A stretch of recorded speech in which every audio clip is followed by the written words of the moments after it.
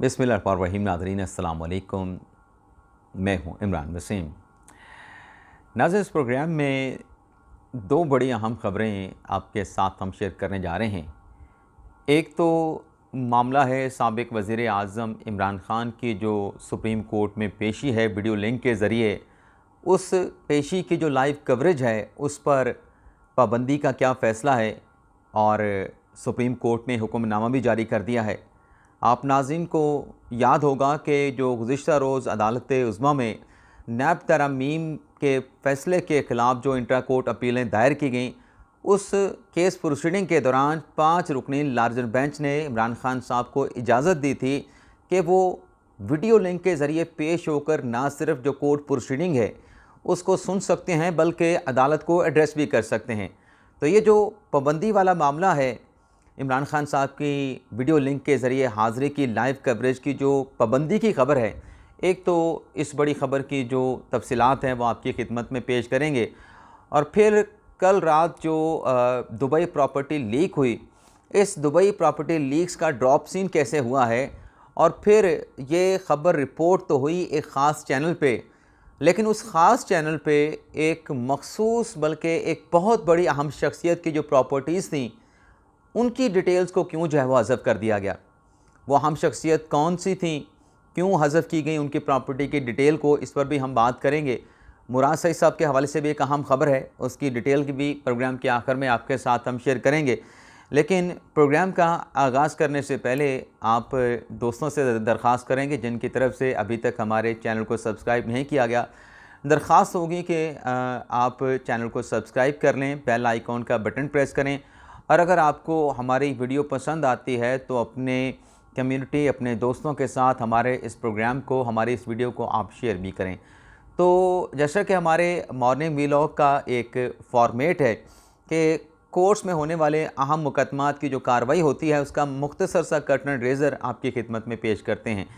तो आज Islamabad high court में इमरान ख़ान साहब से जुड़े दो अहम मुकदमात की समाअत होने जा रही है। जो 190 मिलियन पाउंड केस में इमरान ख़ान साहब की ज़मानत का मुकदमा था, उस पर कल यानी गुज़िश्ता रोज़ जो है वो इस्लामाबाद हाई कोर्ट ने फ़ैसला महफूज कर लिया था। आज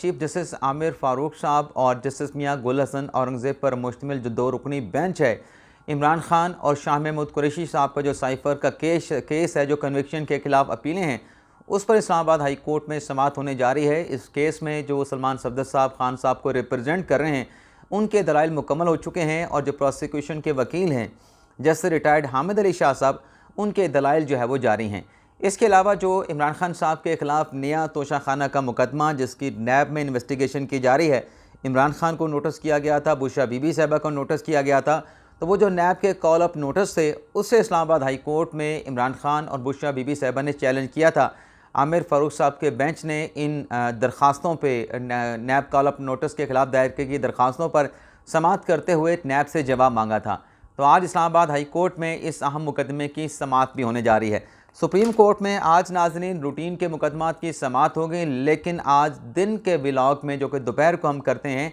उसमें सुप्रीम कोर्ट से जुड़ी एक बहुत अहम ख़बर, बहुत बड़ी ख़बर, बाबर सत्तार साहब ने तो ख़त लिखा ना कि अदलिया में मदाखलत की जा रही है, तो इससे मिलती जुलती एक बड़ी अहम ख़बर अदालती मामलात में मदाखलत के हवाले से दिन के व्लॉग में आपके साथ में शेयर करने जा रहा हूँ। एक्सक्लूसिव ख़बर है, अहम तरीन इंफॉर्मेशन है, तफसीलात हैं जो दोपहर में आपके साथ हम शेयर करेंगे। अब आ जाते हैं जो इस्लामाबाद हाई कोर्ट में जो कंटेम्प्ट केस की समाअत हुई जस्टिस बाबर सत्तार साहब के लेटर पे और मोहसिन अख्तर कियानी साहब के जो लेटर पे, उसमें नाज़रीन जो ख़ास बात है कि जो कि बाबर सत्तार साहब को लेटर था जिसमें अदालती मामलात में मुदाखलत की बात की गई। मोहसिन अख्तर कियानी साहब के बेंच ने बाबर सत्तार साहब के लेटर को जो तौहीन अदालत में कन्वर्ट किया गया, उस पर कंटेम्प्ट की प्रोसीडिंग की समाअत की। अच्छा, कल नाज़रीन जो सोशल मीडिया पे एक चीज़ चलती रही, मीडिया पे चलती रही कि गालिबन बाबर सत्तार साहब ने कोई नया ख़त लिख दिया है, अदालती मुदाखलत का कोई नया वाक़या सामने आया है। तो ये कल हमारे सोर्सेस की जानिब से हमें यह बताया गया कि ये कोई नया लेटर नहीं है, बल्कि वो पहला ही लेटर है 27 अप्रैल का, जो जस्टिस बाबर सत्तार साहब ने चीफ जस्टिस आमिर फ़ारूक साहब को लिखा था, जिस पर कंटेम्प्ट की प्रोसीडिंग का आगाज़ हुआ था। तो ये कोई नया मामला नहीं, पुराना ही लेटर है बाबर सत्तार साहब का, उसी के ऊपर कल कार्रवाई हुई और मुतल्लिका हुकाम को और सिक्योरिटी एजेंसीज़ को जो है वो नोटिस जारी कर दिए गए। अब ये जो नाज़रीन 3 सफ़ात का हुक्मनामा है बड़ा अहम है, इसके मुख्तसर से मंदरजात हैं मैं आप नाज़रीन की खिदमत में पेश करने जा रहा हूँ। एक तो नाज़रीन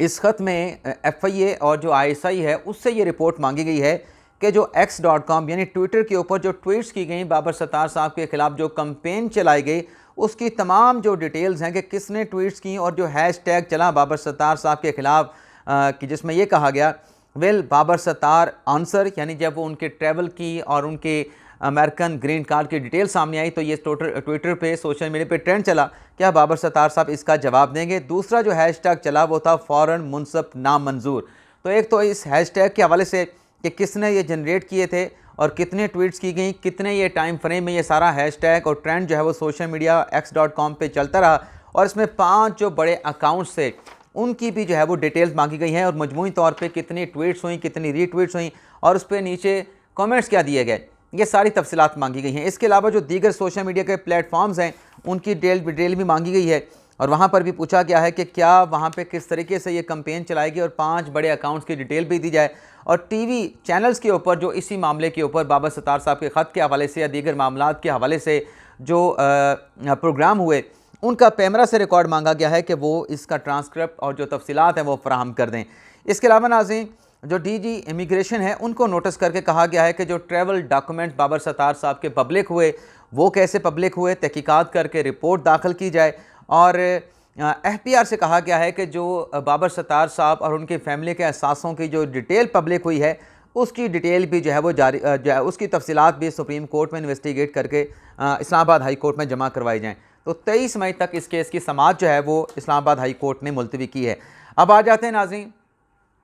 दुबई लीक्स का, मैं अपने थंबनेल पे जिक्र करना भूल गया तो मुख्तसर सी डिटेल नहीं मैंने जिक्र किया थंबनेल पे, मुझे याद आ गया। मैंने सिर्फ आपको इतना बताना है कि दुबई लीक्स जिसके कहा गया कि 11 बिलियन डॉलर की पाकिस्तान की प्रॉपर्टीज़ है, अब इसका ड्रॉप सीन कैसे हुआ। इसमें चंद पाकिस्तानी जो सियासतदान हैं, प्रोमिनेंट सियासतदान हैं, उनके नाम लिए गए, जिसमें जरदारी साहब का नाम लिया गया, हुसैन नवाज शरीफ के बेटे का नाम लिया गया। तो सवाल यह है कि जरदारी ख़ानदान की जो प्रॉपर्टी निकली है वो तो ऑलरेडी जो इनकम टैक्स रिटर्न्स है उसमें ज़ाहिर की गई है, तो इसमें गलत क्या है। जब आप डिक्लेयर कर देते हैं तो फिर तो आप क्वेश्चन नहीं कर सकते। हाँ, अगर आपकी प्रॉपर्टी फॉरेन प्रॉपर्टी है या मुल्की प्रॉपर्टी भी हो, आप डिक्लेयर नहीं करते तो आपकी डिस्क्वालिफिकेशन हो सकती है। लेकिन अगर ऑलरेडी आपने डिक्लेयर कर रखी है तो इस पर क्या कहा जाए, इस दुबई प्रॉपर्टी लीक पे फिर क्या कहा जा सकता है। हुसैन नवाज़ की अगर हम बात करें, हुसैन नवाज़ ज़रूर नवाज शरीफ के बेटे हैं, शहबाज शरीफ साहब के भतीजे हैं, शरीफ ख़ानदान के फैमिली के रुकन हैं, लेकिन हुसैन नवाज़ कभी पब्लिक ऑफिस होल्डर नहीं रहे। ये जो इस किस्म की प्रॉपर्टीज़ आती हैं इसकी ज़्यादा जो वैल्यू होती है वो पब्लिक ऑफिस होल्डर की प्रॉपर्टीज़ की होती है। क्योंकि अगर आप देखें कि अगर हुसैन नवाज़ की अगर हमने बात करनी है तो दुबई प्रॉपर्टी लीक में जो फ़राग गोगी की बैरून मुल्क जायदादों का जिक्र होता रहा उसका किसी जगह पे जिक्र नहीं। अच्छा, ये जो मुख्तलिफ बड़े बड़े लोगों का इस दुबई प्रॉपर्टी लीक्स में नाम नहीं आया, उस पर हमारे एक दोस्त की जानिब से बताया गया कि ये सिर्फ वो प्रॉपर्टीज़ जो है वो इसमें शामिल की गई हैं दुबई लीक्स में जो आपने अपने नाम पे, जो नुमाया शख्सियात हैं जिन्होंने अपने नाम पे ख़रीदी हैं उनके नाम सामने आए हैं। लेकिन अगर ऑफशोर कंपनीज़ के ज़रिए या फिर किसी और कंपनी के ज़रिए ख़रीदी गई हैं उनकी डिटेल जो है वो मंजर आम पे नहीं आ सकें। अच्छा, ये सबसे पहले जो स्कैंडल है दुबई प्रॉपर्टी लीक का, ये जियो न्यूज़ पे ब्रेक हुआ, जंग के ऊपर ब्रेक हुआ, लेकिन इसमें देखा गया कि मीर शकील रहमान साहब जिनकी दुबई के महंगे इलाके में उनकी 2 बेगमात की 2 कीमती प्रॉपर्टीज़ हैं महलनुमा, उसकी डिटेल कहीं पे सामने नहीं आई।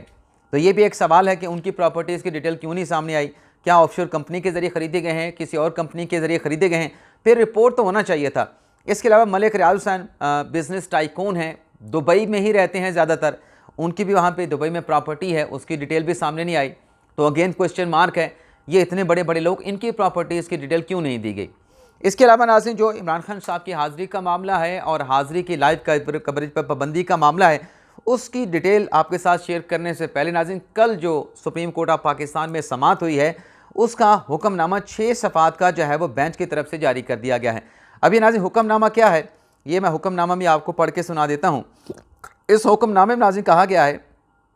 कि इमरान खान साहब की जो हाज़िरी है वीडियो लिंक के ज़रिए वफाकी और सूबाई हुकूमतें उसको यकीनी बनाएं ताकि इमरान खान साहब अदालती कार्रवाई को सुन सकें और अगर बेंच को एड्रेस करना चाहें तो इमरान खान साहब बेंच को एड्रेस भी कर सकें। इस हुक्मनामे में नाज़रीन जो इमरान खान साहब के अपने दौरे हुकूमत में नैब तरमीम की गई ऑर्डीनेंसेस के ज़रिए, सदारती ऑर्डीनेंस के ज़रिए उसका जिक्र भी किया गया कि सदारती ऑर्डीनेंस जारी किए गए, लेकिन इमरान खान साहब ने ये जो इनकी अपने दौर में की गई ऑर्डीनेंसेस के ज़रिए जो तरमीम थी उनको PDM की हुकूमत ने अपने जो नैब कानून में तरमीम थे उसमें शामिल कर लिया, उसका हिस्सा बना लिया। तो ये इमरान खान साहब ने क्यों चैलेंज नहीं की? अगर उनकी बोनाफाइडी थी तो इसको भी चैलेंज करते हुक्मनामे के मुताबिक। और फिर ये भी कहा गया कि नैब हमें तफसीलात दे कि कितने मुकदमात जो है वो नैब में अपने अब तक से बनाए गए हैं, ख़ास तौर पे सियासतदानों के हवाले से है, और वो जो सज़ाएँ हुई ट्रायल कोर्ट से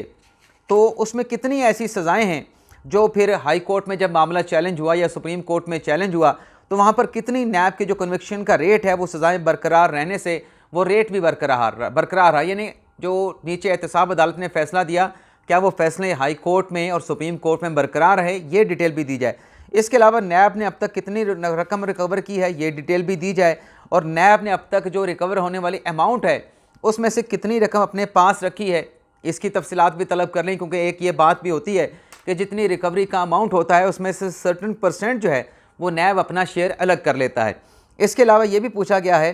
कि नैब पर अब तक कितनी रकम जो है वो रियासत पाकिस्तान ने खर्च की है करप्शन के ख़ात्मे के लिए। तो 16 मई तक इस केस की समाअत को जो है वो मुलतवी किया गया है। अब आ जाते हैं नाज़रीन जो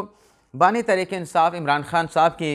वीडियो लिंक के ज़रिए हाज़िरी का मामला है। पहले तो नाज़रीन जिस तरीके से ये इमरान खान साहब को इजाज़त मिली इसकी निशानदही तो जो लेटर इमरान खान साहब ने सुप्रीम कोर्ट को लिखा वो बैरिस्टर गौहर साहब ने की, जिसमें अपने अख्तर मिनल्ला साहब ने की, और फिर बैरिस्टर गौहर साहब ने मीडिया के ज़रिए मीडिया पर गुफ्तगू करते हुए ये बताया कि ये जो लेटर है जो लिखा गया था जिसमें इमरान खान साहब ने इस ख्वाहिश का इजहार किया था कि वो ख़ुद अदालत में पेश होकर दलाइल देना चाहते हैं। तो बैरिस्टर गौहर साहब ने कहा कि इमरान खान साहब ने लेटर मुझे डिक्टेट किया था और मैंने ये लेटर जो है सुप्रीम कोर्ट को भिजवा दिया था। अच्छा, इस मीडिया के साथ गुफ्तगू में बैरिस्टर गौहर साहब ने यह कहा कि वीडियो लिंक के ज़रिए इमरान खान साहब जो है अब 16 मई को अदालत उज़्मा के सामने पेश होंगे और पूरी दुनिया जो है इमरान खान साहब को वीडियो लिंक के ज़रिए देख सकेगी। अब इमरान खान साहब की वीडियो लिंक की हाज़िरी के हवाले से बैरिस्टर गौहर साहब ने इतना बड़ा दावा कर दिया कि पूरी दुनिया जो है जब वीडियो लिंक के ज़रिए इमरान खान साहब पेश होंगे, उनकी कवरेज की जाएगी तो दुनिया भर का मीडिया इसको दिखाएगा, दुनिया भर के लोग उसको देखेंगे। लेकिन नाज़रीन ऐसा लगता यह है कि ये जो खुशियाँ हैं, जो ख्वाहिश है या जो उम्मीदें हैं, इस पे औस पड़ने वाली है। कैसे औस पड़ने वाली है? तो इजाज़त तो सुप्रीम कोर्ट ने दे दी। सुप्रीम कोर्ट के हुक्मनामे भी शामिल कर दिया गया कि इमरान खान साहब की जो हाज़िरी है वीडियो लिंक के ज़रिए, जो वफाकी हुकूमत है और जो सूबाई हुकूमत है पंजाब की, वो इस बात को यकीनी बनाया कि इमरान खान साहब की जो हाज़िरी है वीडियो लिंक के ज़रिए उसके तमाम तर इंतज़ामात भी हों और ख़ान साहब की हाज़िरी भी यकीनी हो। लेकिन कल नाज़रीन जब ये बाबर सत्तार साहब वाले लेटर वाला मामला चल रहा था, इस्लामाबाद हाई कोर्ट में समाअत चल रही थी, उस पर वफाकी वज़रा की जानिब से प्रेस कॉन्फ्रेंस की गई, अपना मौक़िफ़ दिया गया। तो इस दौरान जो वज़ीर कानून है आज़म नज़ीर तारड़ साहब, वो सुप्रीम कोर्ट में आए। मैंने उनसे ये सवाल पूछा कि सुप्रीम कोर्ट ने हुक्म दे दिया है कि इमरान खान साहब की वीडियो लिंक के ज़रिए हाज़िरी को यकीनी बनाया जाए, लेकिन चूँकि इमरान खान साहब के दौर में ये एक बयानिया बना कि जो सज़ा याफ्ता है वो मीडिया पे नहीं आ सकता, उसकी लाइव कवरेज नहीं हो सकती। तो मैंने उनसे यही सवाल किया, क्या कन्विक्शन इमरान खान साहब सज़ा याफ्ता हैं, क्या उनकी जो लाइव कवरेज है वो सुप्रीम कोर्ट में की जाएगी? तो इस पर जो अपने आज़म नज़ीर तारड़ साहब थे उनकी तरफ से वाज़ेह तौर पे कहा गया कि ये फ़ैसले अदालती मौजूद हैं और ऐसी कोई मिसाल भी मौजूद नहीं कि सज़ा याफ्ता जो है उसको लाइव कवरेज मिल सके। लेकिन उन्होंने कहा कि चूँकि सुप्रीम कोर्ट ने ऑर्डर कर दिया है और सुप्रीम कोर्ट के इस हुक्म के सामने हम अपना जो सर खम तस्लीम करते हैं। मुझे एक दम से मेरे जहन से असल जो लफ्ज़ है वो निकल गया, लेकिन वो ये कह रहे थे कि सुप्रीम कोर्ट का हुक्म हम बजा लाएंगे। लेकिन उन्होंने ये कहा कि सुप्रीम कोर्ट इस मामले को ख़ुद देखे कि कन्विक्टेड शख्स है तो कैसे उसकी हाज़िरी को रेगुलेट करना है, इस बात को यकीनी बनाया जाए। तो मुझे उनके पैगाम से, उनकी बात से ये मैसेज मिला कि हुकूमत ये कह तो रही है कि इमरान खान साहब की हाज़िरी को यकीनी बनाया जाएगा, वफाकी और सूबाई हुकूमतें जो हैं, पंजाब हुकूमत जो है वो सुप्रीम कोर्ट के हुक्म पर अमल दरामद करेगी। लेकिन सुप्रीम कोर्ट में इमरान खान साहब जब वीडियो लिंक के ज़रिए पेश होंगे तो जिस तरीके से अदालत उज़्मा की कार्रवाई यूट्यूब चैनल पे देखी जाती है, यूट्यूब चैनल की कार्रवाई को फिर चैनल भी लिफ्ट कर लेते हैं, तो इमरान खान साहब की इस तरीके से वीडियो लिंक के ज़रिए हाज़िरी होगी उसकी मीडिया कवरेज नहीं होनी चाहिए। यानी सुप्रीम कोर्ट की कार्रवाई तो दिखाई जाए लेकिन इमरान खान साहब को बराह रास्त ना दिखाया जाए। अब इसमें सवाल ये पैदा होता है कि ये मैसेज तो एक कन्वे किया, अपने एक रिजर्वेशन का हुकूमत ने या हुकूमती मिनिस्टर ने इजहार तो किया, लेकिन चलें इमरान खान साहब की लाइव कवरेज नहीं होती, इमरान खान साहब को सुप्रीम कोर्ट के यूट्यूब चैनल पे नहीं दिखाया जाता, लेकिन फिर यहाँ पे सवाल ये आएगा कि जब लाइव प्रोसीडिंग चल रही होगी, जिसमें जज साहबान सवाल पूछ रहे होंगे, तो इमरान खान साहब जब बात कर रहे होंगे, जज साहबान के सवालों का जवाब दे रहे होंगे या अदालत को जब एड्रेस कर रहे होंगे, तो क्या इमरान खान साहब की जो ऑडियो है क्या उसकी लाइव स्ट्रीमिंग होगी? क्या इमरान खान साहब की ऑडियो को दिखाया जाएगा? मुझे नाज़रीन इस हवाले से भी खदशात नज़र आते हैं। तो देखते हैं, आज अपने सोर्सेज से जानने की कोशिश करेंगे कि इमरान खान साहब की जो वीडियो लिंक के ज़रिए हासिल है उसकी रेगुलेशन के हवाले से या उसको कैसे सुप्रीम कोर्ट रेगुलेट करती है हुकूमती मिनिस्टर की इस रिजर्वेशन के बाद। तो देखते हैं क्या होता है। इसके अलावा नाज़रीन, पाकिस्तान तहरीक-ए-इंसाफ ने जो इंट्रा पार्टी इंतखाबात पर इलेक्शन कमीशन ने एतराज़ात उठाए थे, उन एतराज़ात का जवाब तो इलेक्शन कमीशन ने दाखिल कर दिया है, लेकिन दिन के व्लॉग में हम ये भी बात करेंगे क्या जो एतराज़ात उठाए गए थे उन सवालों का प्रॉपरली उसी तरीके से तहरीक-ए-इंसाफ ने जवाब भी दिया है, या फिर सवाल गंदम है और जवाब चना दे के कह दिया गया कि हमने इलेक्शन कमीशन के एतराज़ात का जवाब जमा करवा दिया गया। इसकी स्क्रूटनी, इस जवाब की हम नेक्स्ट व्लॉग में करेंगे। इसके अलावा नाज़रीन, मुराद सईद साहब के हवाले से जो अहम खबर है, मुराद सईद साहब ने नाज़रीन 2019 में जब इमरान खान साहब की हुकूमत आई और वह मिनिस्टर बने, और NHA के मिनिस्टर भी थे, पोस्टल सर्विस के भी थे, तो मुराद सईद साहब ने इल्ज़ाम लगाया था कि जो मुल्तान से सक्कर तक मोटरवे बनाया गया है उसमें 70 अरब की जो है वो करप्शन की है एहसन इकबाल साहब जो कि मिनिस्टर प्लानिंग थे, और 70 अरब का उन्होंने घपला किया है, 70 अरब का उन्होंने यूँ समझें कि डाका डाला है, ये माल कमाया है। तो इस पे जो एहसन इकबाल साहब थे उन्होंने मुराद सईद के खिलाफ डेफमेशन का यानी हत्या का केस जो है इस्लामाबाद की अदालत में दायर किया था, जिसमें मुसलसल मुराद सईद साहब को नोटिस किए जा रहे थे। लेकिन मुराद सईद साहब जो है, क्या इमरान खान साहब का दौर हो, साल 2019 में ये पटिशन डेफमेशन की फ़ाइल होती है, तो 2019 में भी मुराद सईद साहब पेश नहीं हुए, 20 में पेश नहीं हुए, इमरान खान साहब की 2022 तक हुकूमत रही, 9 मई का वाक़या 2023 में जाके होता है। लेकिन किसी लम्हे पे भी मुराद सईद साहब ने जो इल्ज़ामात एहसन इकबाल पे लगाए, उन इल्ज़ामात को प्रूव करने के लिए कि डेफमेशन का सूट उनके खिलाफ नाकाबिले समात है, एक मरतबा भी जो मुराद सईद साहब हैं वो अदालत में हाज़िर नहीं हुए, मुसलसल गैर हाज़िर रहे, जिसके बाद जो जज साहबा हैं उन्होंने यकतरफ़ा तौर पे मुराद सईद के ख़िलाफ़ डेफमेशन का जो सूट है उस पर कार्रवाई आगे बढ़ाने का फ़ैसला किया है। और जो कैसर इमाम साहब एहसन इकबाल की तरफ से पेश हुए थे गुज़िश्ता रोज़, उनके दलाइल पर 3 गवाहान जो मुराद सईद के ख़िलाफ़ अपने एहसन इकबाल के 3 गवाहान हैं, उन्हें 23 मई को बयानात कलम बंद करने के लिए जो है वो बुला लिया गया है। इसके अलावा नाज़रीन, इसी केस में जो एहसन इकबाल साहब ने अपना जवाब दाखिल किया था उसमें यह कहा गया कि वो तालीम के एतबार से टेक्निकल इंजीनियर हैं, MBA भी उन्होंने कहा एहसन इकबाल साहब ने कि मैंने कर रखा है, 5 बार मैं कौमी असम्बली का रुकन रहा हूँ और अभी मैं जो काबीना है वफाकी काबीना उसमें मिनिस्टर हूँ। मेरे ऊपर मुराद सईद ने झूठे इल्ज़ामात लगाए, मेरी साख को नुकसान पहुँचाया। 2019 में मेरे खिलाफ प्रेस कॉन्फ्रेंस की और कहा कि 70 अरब मैंने सक्खर मुल्तान मोटरवे के प्रोजेक्ट में जो है वो मैंने रिश्वत ली है। तो या का लफ्ज़ भी नहीं है। इस डेफमेशन के सूट में एहसन इकबाल साहब ने कहा यह है कि गैर मशरूत मुराद सईद माफ़ी भी मांगें और 10 अरब का हर्जाना भी अदा करें। तो देखते हैं कि 23 मई को ये जो मुकदमा है मुराद सईद के ख़िलाफ़ एहसन इकबाल साहब का, इस पर जज साहब ने 3 गवाहों को बुलाया है। तो जो 3 गवाह बुलाए गए हैं वो मुराद सईद के ख़िलाफ़ क्या स्टेटमेंट रिकॉर्ड करवाते हैं। तो ये नाज़रीन आज के दिन का हमारा मॉर्निंग व्लॉग, आपसे इजाज़त चाहेंगे। अल्लाह ताला हम सब का हामी नासर हो। अपनी दुआओं में याद रखिएगा। अल्लाह हाफ़िज़।